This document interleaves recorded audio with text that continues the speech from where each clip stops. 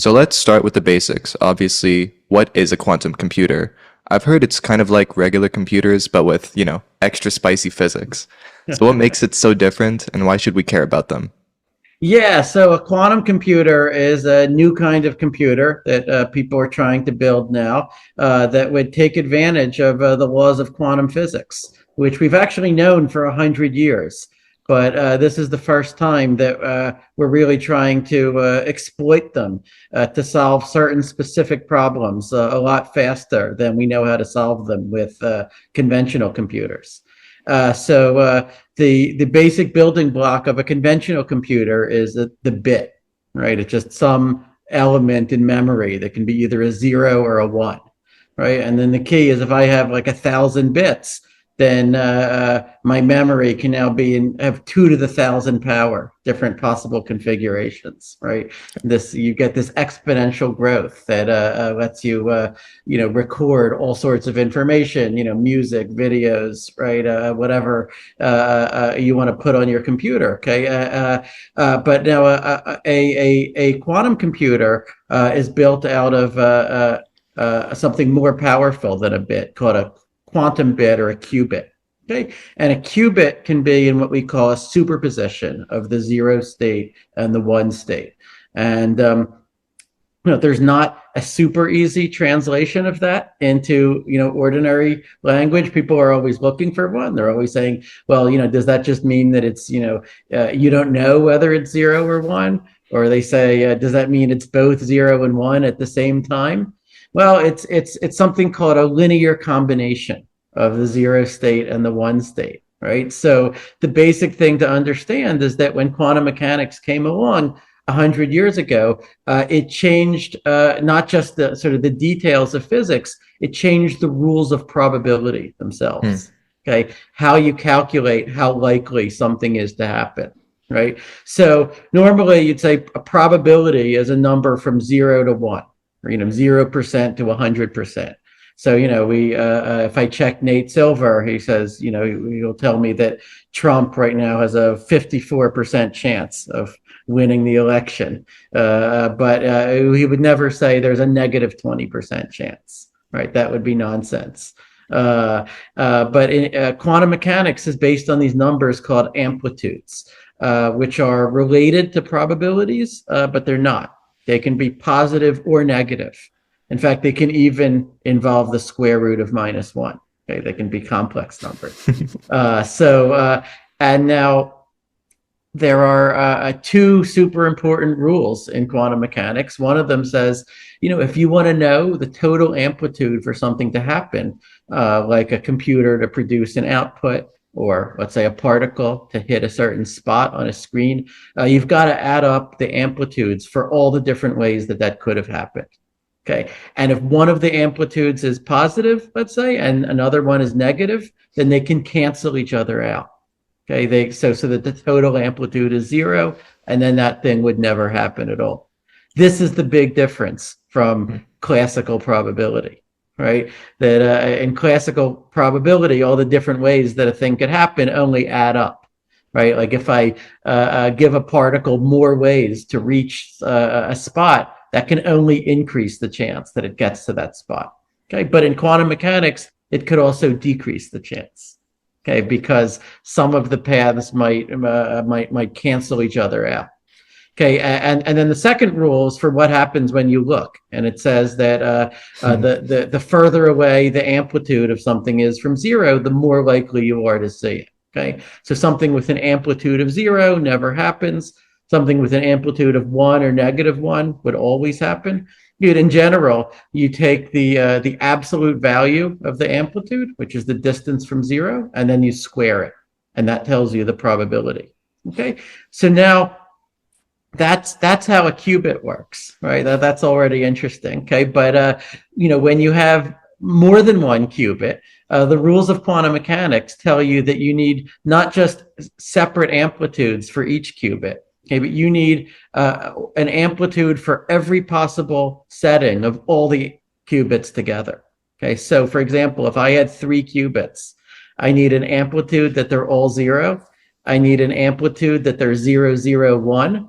I need an amplitude that there's 0, 1, 0, that there's 0, 1, 1, and so forth. I need 8 amplitudes.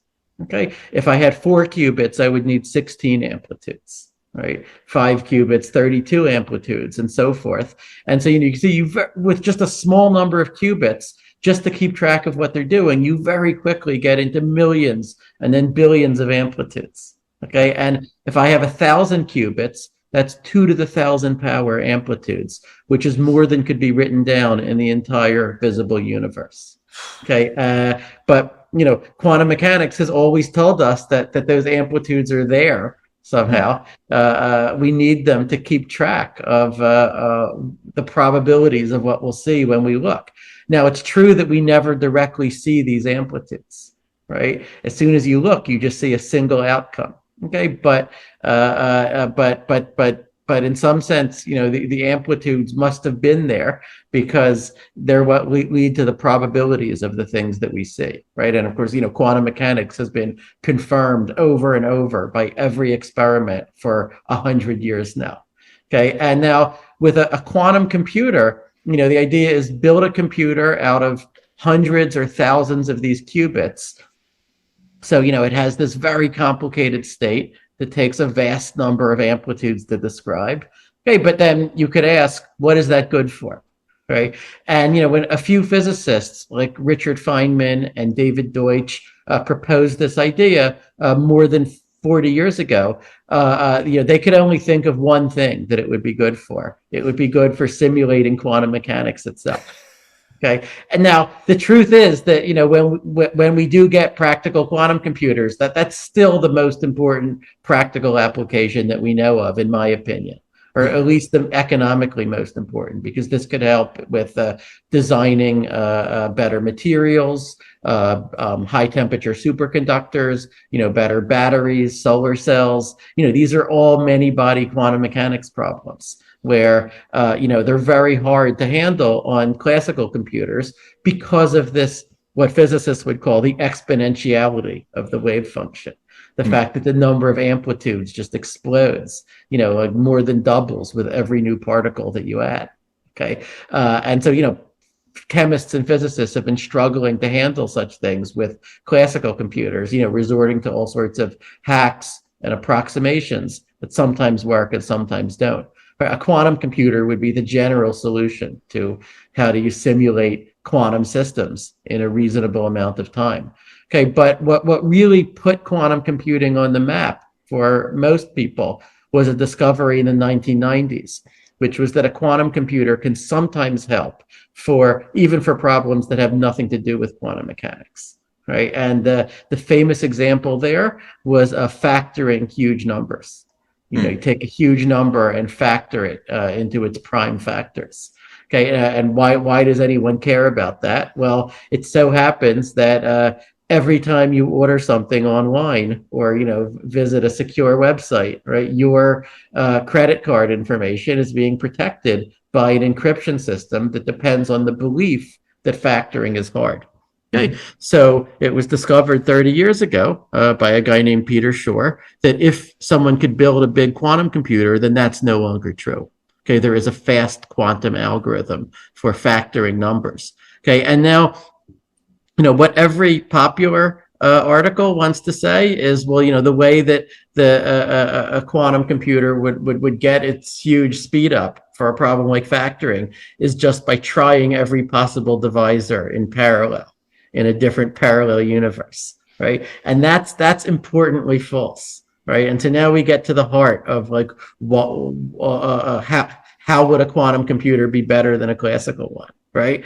It's true that with a quantum computer, you can create a superposition over all the possible answers to your problem, even if there are exponentially many of them. Okay, that's even an easy thing to do with a quantum computer. But but for a computer to be useful, at some point you have to look, you have to measure, you have to get an output.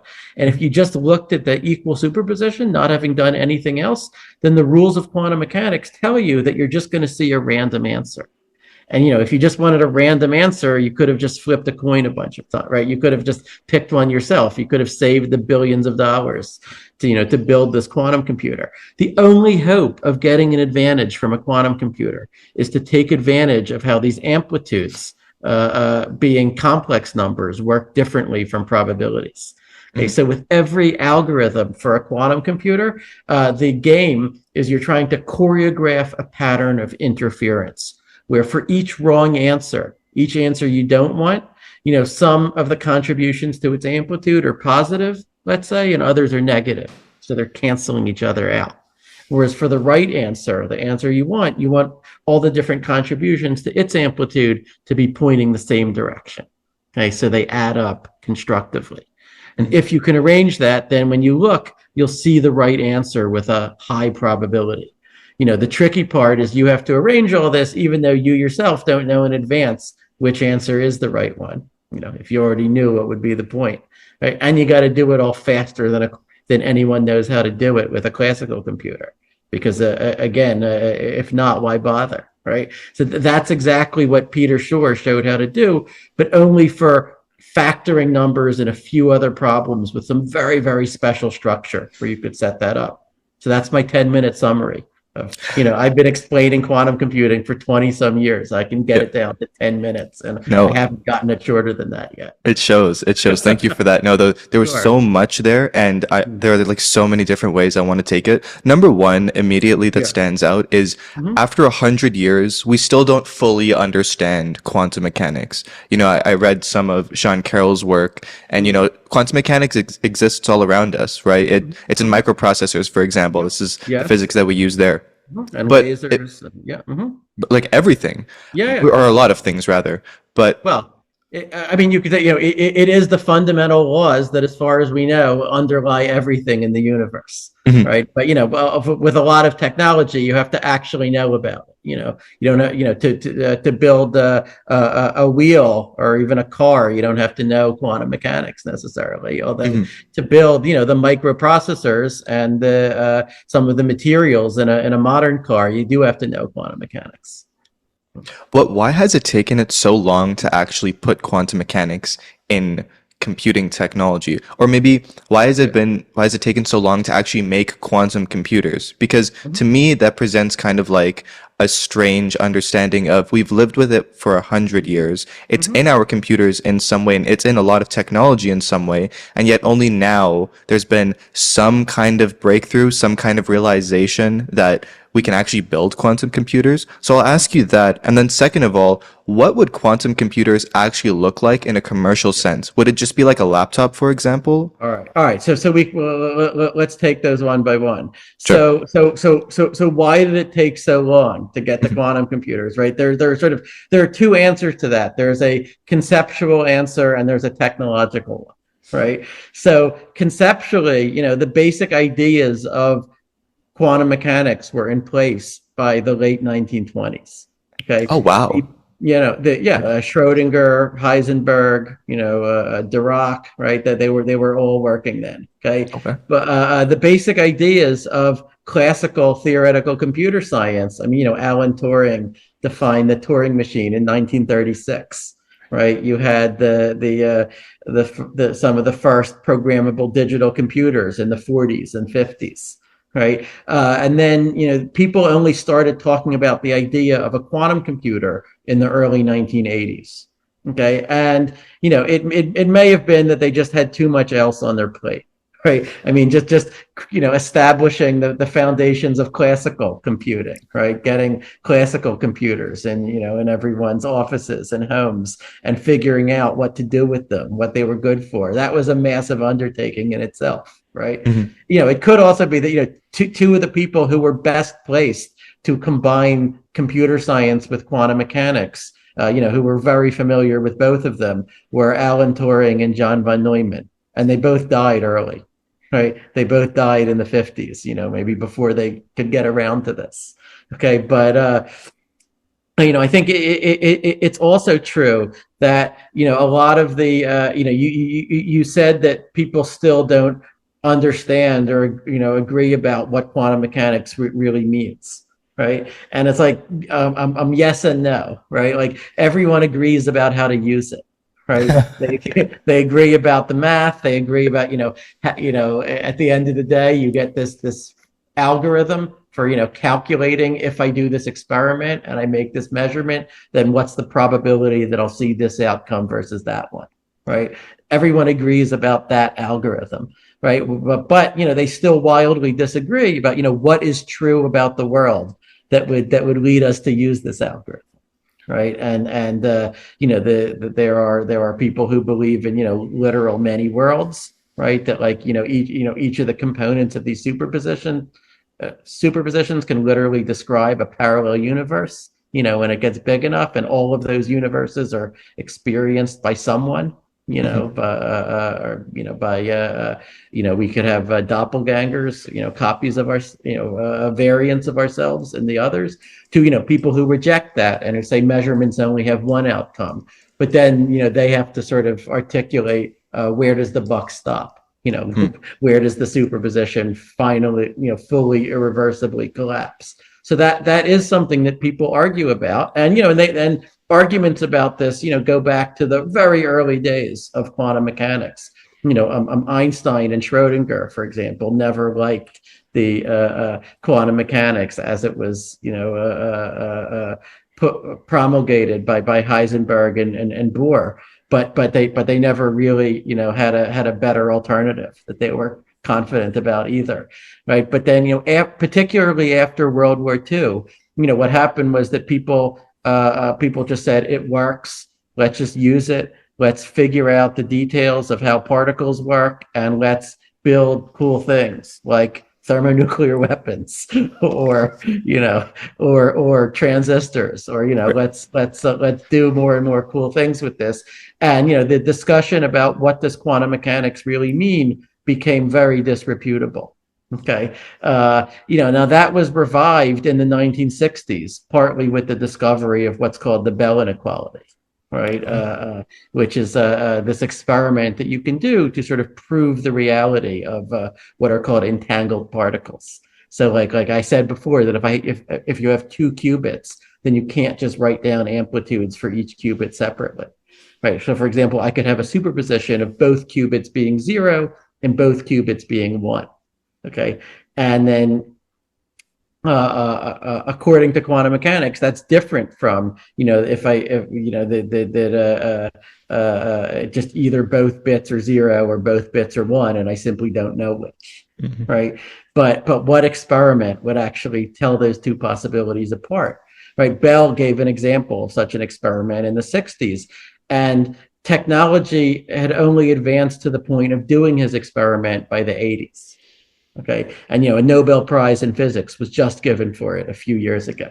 Okay. But that's how recent some of this stuff is, right? Even Mhm. just proving without doubt that two far away particles can actually be entangled, which is like a baby prerequisite to quantum computing, right? That was only done in the 80s. Okay. Just to calibrate you. So, it often happens in physics that, people discover a theory that like immediately suggests certain possibilities, but then it could take technology hundreds of years to catch up to those possibilities, right? I mean, there were people in the 1700s who sort of more or less correctly understood, how birds can fly and how we could build a flying machine, right? But then, it took more than 100 years to get from that to the Wright brothers. Mhm. Okay, just as one example. Okay, Charles Babbage understood the basic principles of what we would now call a programmable classical computer, in the 1820s or the 1830s. Okay, but it took more than a century after that for the transistor to be invented, that Mhm. would really make it practical. Okay, so with quantum computing, people started talking about it in the 80s, which maybe it could have been earlier, but that's when it was. And in any case, we are still struggling to get to engineer components that can manipulate qubits to the extreme degree of precision that would be required to have a useful quantum computer. Okay, people started working on that in the mid 1990s, And we are way closer to the goal now, 30 years later. But we're not quite there yet of Mm. building a scalable quantum computer. So, some people might say that, we were late to start thinking about this. Other people might say we were early. You know, it was really decades before it became feasible. Now, the other thing you asked me was, what does a quantum computer look like? Right. So, if you walk into a quantum computing lab today, what you'll generally see is some, equipment that fills a room, right? Mm. And it depends on what kind of architecture we're talking about. There are many different ways of, realizing qubits that are being pursued in parallel, right? Just Mm. like a classical bit, in principle, could be lots of different things. Like today, we usually use voltages and transistors, right? But a bit could also be as a billiard ball here or there, right? It could be the state of a photon or whatever. So there are many kinds of qubits. There are you can use the spins of atomic nuclei, in what's called a trapped ion quantum computing, or also a neutral atom quantum computing. You can use current around a superconducting coil. Okay, so Mm. that's called superconducting qubits. These are enormous by the standards of qubits. You could almost see them with the naked eye. Okay, but you cool them to about 100th of a degree above absolute zero. And then they start showing quantum behavior, including superconductivity.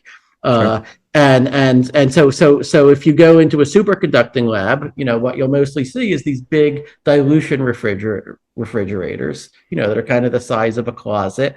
They're noisy, okay, and it's only and they're progressively cooling to lower and lower temperatures, like with like small, like in what looks like an upside down wedding cake. Mm. And only at the bottommost layer of that cake do you get a low enough temperature that you want to put your chip, which is just the size of a normal computer chip, and that's where the actual qubits are. Okay, if you walk into a trapped ion lab, you'll see something different, but you'll see equipment for lasers that are going to go into this trap and target the ions and move them around. Okay, that's how we do the computation.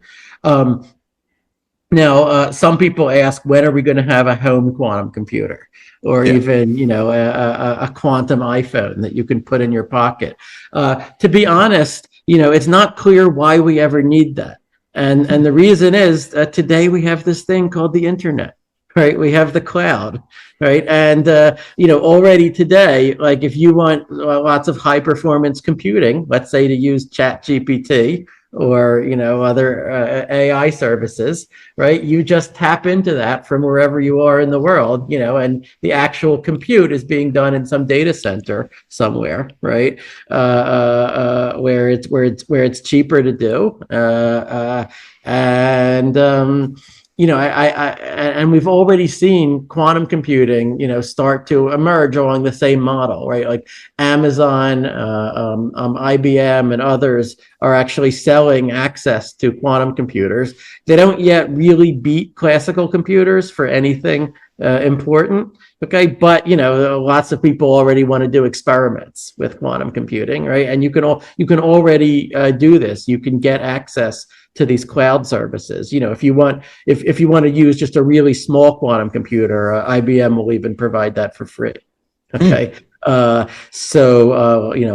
Like 5 qubits, 20 qubits, something like that. Okay. The biggest quantum computers that are, will tend to have like a few hundred qubits, at least if you want like reasonably good qubits. Okay. But where the trouble is right now, like you're very limited in like how many operations you can do with them while they maintain their quantum state. That's been the biggest engineering problem so far. I know we only have a little bit of time left, which sucks because this is such a fun conversation. I have a couple more questions for you. Yeah, First sure. of all, Sure.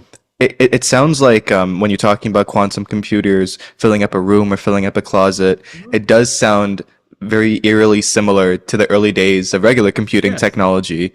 Yes. And it also is interesting how you compared it to, Charles Babbage, and even in the 1700s compared to the Wright brothers, how it's still like the concept was there early, but it still took a very long time to actually realize the technology. And I wanted to interject and say, well, now we have computers to help us with those calculations. And as you were saying before, after the first quantum computer, you were saying it could help us understand quantum mechanics even more.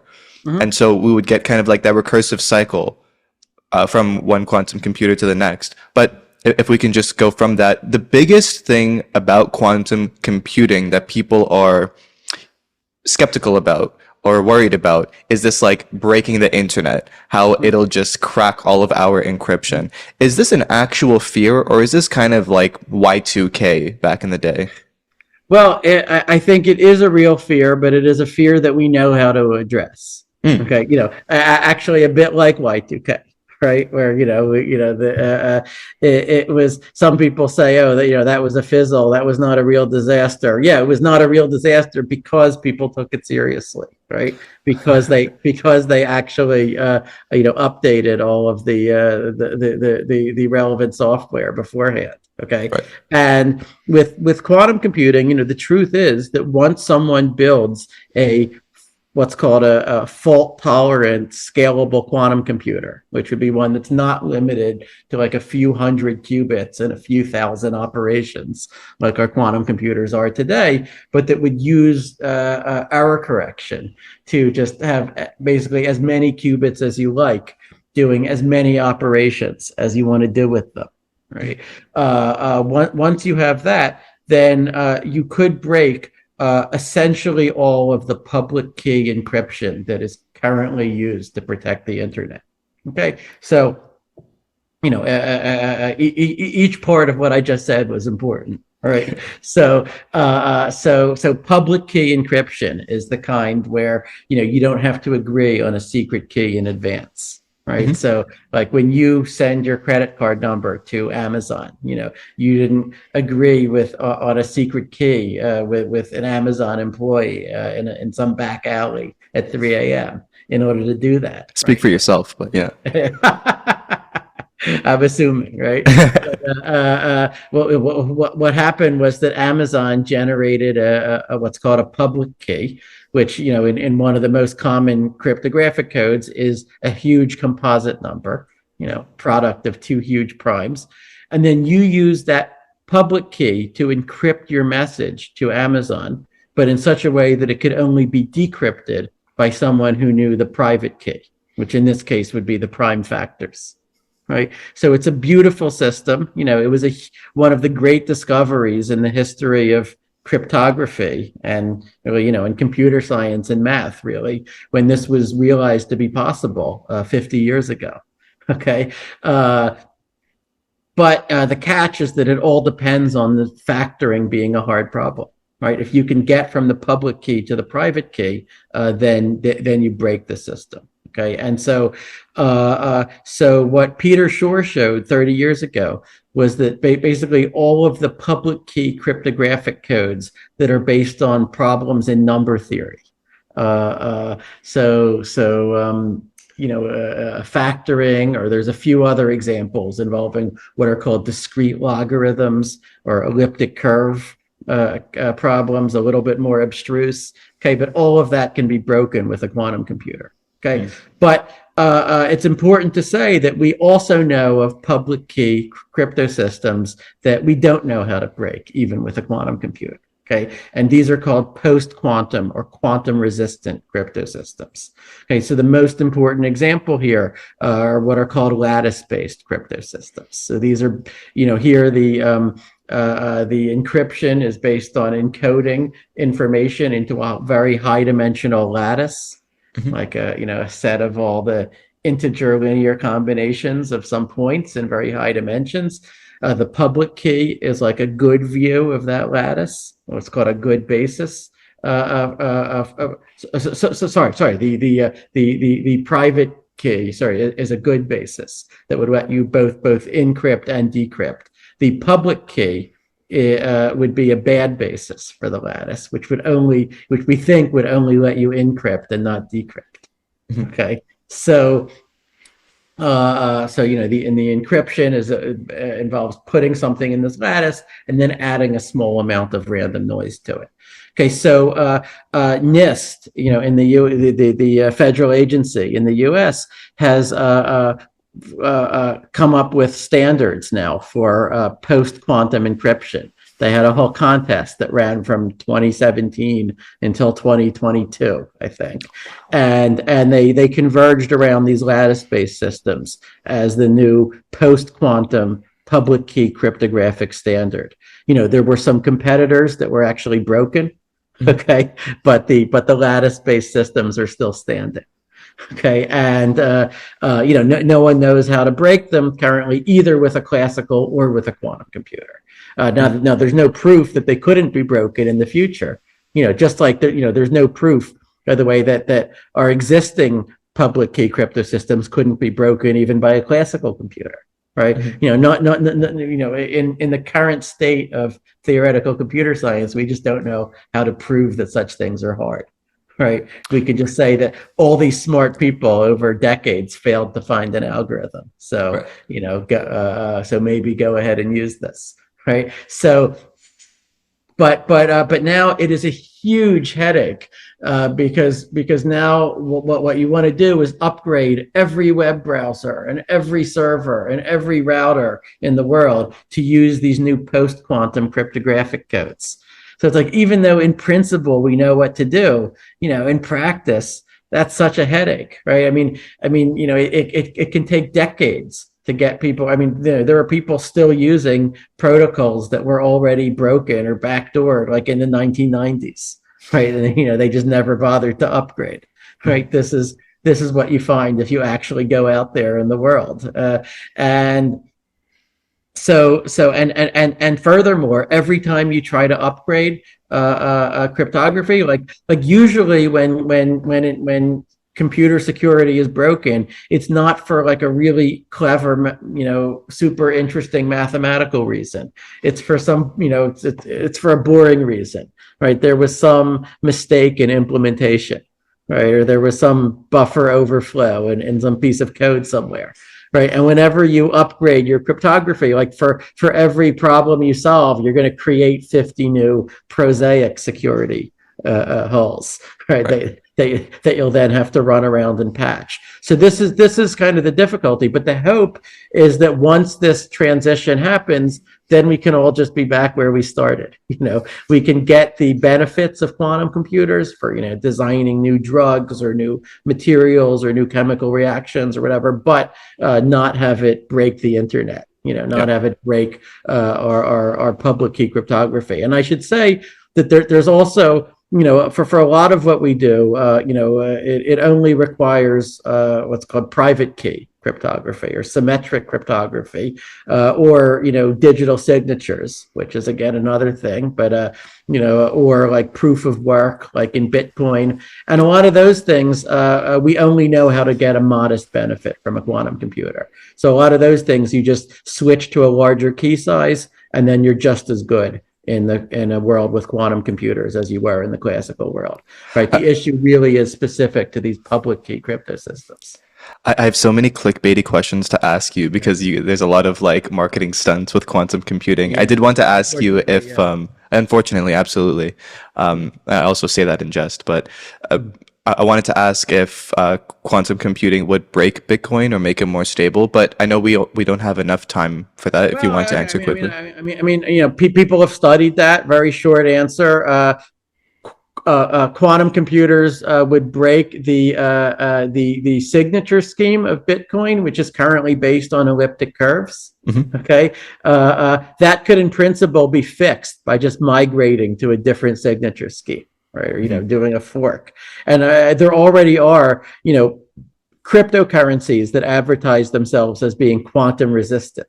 Right, as fixing that problem. I've talked to the Ethereum technical team, which is interested in potentially migrating Ethereum to do that as well. But now the real heart of Bitcoin is the proof of work protocol, right? This is what all these miners are using all these computing power for. And quantum computing would only have a more modest effect on that, right? Like you would get a speed up that comes from something called Grover's algorithm, which Grover's algorithm, is maybe the second most important quantum algorithm after Shor's. Okay, it can take any problem that involves searching through a list of n possible solutions, and you can solve it in only about the square root of n steps. Okay, so compared to Shor's algorithm that has enormously wider range of applications, but it's a more modest speedup. It's not an exponential speedup. It is only this square root speedup. Okay, and so for a huge number of problems that people care about, the truth is the best benefit that we know how to get with a quantum computer is that Grover speedup. Right. Mm-hmm. And that's true, for example, for the problem of Bitcoin mining. Right. And so like, yeah, if you have a quantum computer and no one else does, then, and it's a really huge, really good quantum computer, then you can probably mine more Bitcoin. But in a world where everyone gets those quantum computers, what would happen is that the Bitcoin proof of work protocol would just automatically adjust to be harder. Right. And then we would all just be back where we started. Right. We'd all be using Grover's algorithm now running on quantum computers, but we'd all be, mining, a similar amount of Bitcoin to what we were before. Sure. So, moral of the story, buy Bitcoin. As the last question, not that you're... That would have been a great moral to tell someone, 14 years ago. 14 years ago. Would have been good to tell me. Exactly. No, I told my family in 2011 to start mining Bitcoin when it was able to be mined on a laptop. They didn't listen to me.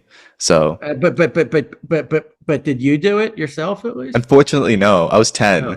I just knew about it. Oh, man. Yeah. Man. Unfortunately, that's no excuse. That's no excuse. Yeah. Well, Well, I have much less of an excuse, right? I was already a professor, and was familiar with it. And I said, okay, but surely no one actually wants these gargantuan blockchains that are going to grow without bound, and surely plowing my life savings into it. Yeah, how the world changes, right? Yeah. As a last question, because I know we do have to end very quickly. What you were talking about many worlds theory, and I saw kind of like hesitation in your voice, or like kind of not a scowl, but you made a slight face, and I wanted to explore that more. Are you for or against many worlds theory? And I guess in terms of like the meaning of life, how does that make a difference when we're thinking about either we only have one life or we have many worlds, many different lives? So I would say that I like the many worlds interpretation. I am not as gung ho about it as some people are, right? Sure. Who say like anyone who rejects it is just refusing to take quantum mechanics seriously, right? Like David Deutsch, who's one of the founders of quantum computing, very much takes that point of view. And in fact, his original motivation for thinking of quantum computing was like, what would force everyone to accept the reality of many worlds? Okay, that was his motivation. It was not any technological application. Right? So kind of like thinking of the answer and then trying to force everybody down that pipeline. Well, yeah. No, I mean, Deutsch's view is that even just the two slit experiment. So just the basics of quantum mechanics already ought to have forced everyone to accept many worlds, but they didn't. They were too obstinate, right? They accepted the Copenhagen, tranquilizing philosophy instead. Okay, but if we had a quantum computer that was really harnessing these, 2 to the 1,000 power, parallel possibilities to solve a problem faster, then Deutsch famously said, like in 1997, right? Like, I issue this challenge to anyone who clings to a single universe worldview. Explain how Shor's algorithm works, right? He says, I don't just mean predict that it will work, which is uncontroversial. I mean, explain, where was the number factored if there weren't all of these universes and so forth. Okay, but the trouble is, like, if you just say that naively, then you're very quickly led to sort of the popular misunderstanding, which is that, well, if I have all these parallel universes, then I could just get exponential parallelism for free by just having each universe try a different possible solution. Mm. right? And as I explained before, that really doesn't work because at some point you have to look and you only see one outcome, right? And so the only hope of getting an advantage is to choreograph this interference pattern that concentrates more amplitude onto the right answer. And that's something that we don't have any good sort of plain language analogy for, right? Like it doesn't neatly fit into any of our sort of pre-quantum conceptual categories. So you could say this interpretation debate is very strange because there are the many worlders, there are the Copenhagenists who basically just say, you could think of Copenhagen as a very fancy and elegant way of saying like, just, the theory works. That's all you can ask of from a physical theory. So shut up and stop asking. I like to say it's like Copenhagen is shut up and calculate, except minus the shut up part. It's always And, go ahead. yeah. No, and then those are not the only two alternatives. There's also Bohmian mechanics, for example, which would say yes, there is this gigantic wave function describing all these parallel universes, the same as the many worlders would say. But then the Bohmians would say, but only one of them is really real, right? Only one of them is really experienced, by us. Let's say, right, let's say the rest of them are just unrealized hypotheticals. They're just there in this wave to sort of guide, the real particles, which are only in one of the branches. Sure. Okay, and they give a rule for exactly how they think that should happen that would perfectly reproduce the predictions of standard quantum mechanics. Okay, and then there are people who say none of those three perspectives, neither many worlds, nor Copenhagen, nor Bohmian mechanics, is satisfactory. Right, and so the only possible answer is that quantum mechanics must be wrong.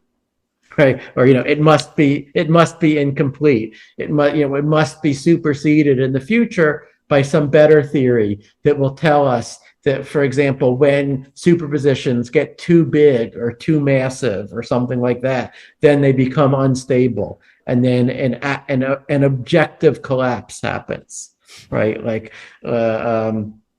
Roger Penrose, for example, is a big believer in that, right? But then the challenge for any believers in that is, okay, now you're not just interpreting quantum mechanics, now you're making a rival empirical prediction, right? And so now the burden is on you to say, well, where exactly does this collapse happen, right? And wherever it happens, in principle, experiments should be able to detect it. So far, they haven't detected any, objective collapse rule that would, differ from the standard rules of quantum mechanics, in 100 years of looking. But maybe we just haven't looked for long enough, right? And indeed, one of the main reasons that why I'm interested in quantum computing is to put quantum mechanics itself to the most severe test, that it's ever been put to. Right. And, we welcome this confrontation, right? If we were to fail to build a quantum computer because quantum mechanics is wrong, like that's an even better outcome, right? That's like, we should be so lucky as to fail in that way, right? And overturn a century of physics. It's like, the quantum computer working, like theory says, that's the more boring possibility. It's the more conservative one, right? But so I get annoyed when people give like really bad arguments against many worlds. Like they say, it violates Occam's razor, or they say, oh, it violates the conservation of energy. Like, no, like it doesn't really do any of those things when you think about it, right?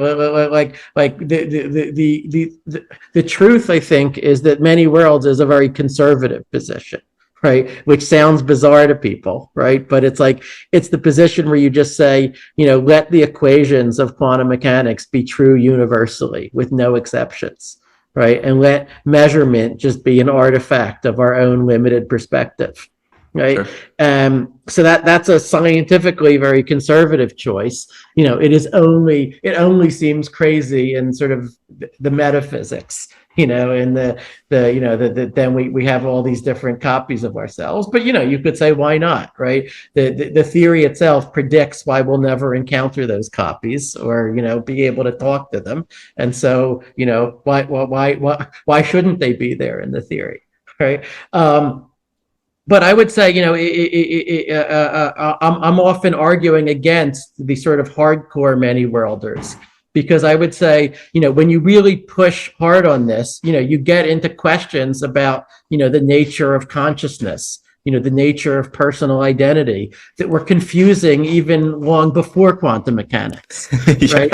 right? Okay, the many worlders say, there are all these, that in all the branches of the wave function that seem to have people in them, someone must be home. There must be some conscious experience, right? The Bohmians say, no, these are just describing all the probabilities, and really, experience is just this, gets channeled into one of the possibilities, into one world. And I would say, how on earth should I know? Right? I don't know what's the nature of subjective experience and how it relates to the physical world. I mean, these are profound questions, right? Maybe the biggest questions ever asked. And now what quantum mechanics is doing is it's adding a new twist to these questions, although without answering them. Sure. Sure. Dr. Aaronson, this was a fantastic, yet short but sweet podcast. It was very fun talking with you. It was very technical for me, at least, but I appreciate your ability to articulate concepts and really kind of hone in on certain points and talk about them. And also, like, you have a great smile, by the way, so that makes the podcast much easier. Thank you. Where can we find you online? ScottAaronson.com. I'm pretty easy to find. I have a blog. I have a bunch of lecture notes. I also have a bunch of talks on YouTube for anyone who's interested. Fantastic. Thank you so much for today's episode. Absolutely. Great talking to you, Ayush.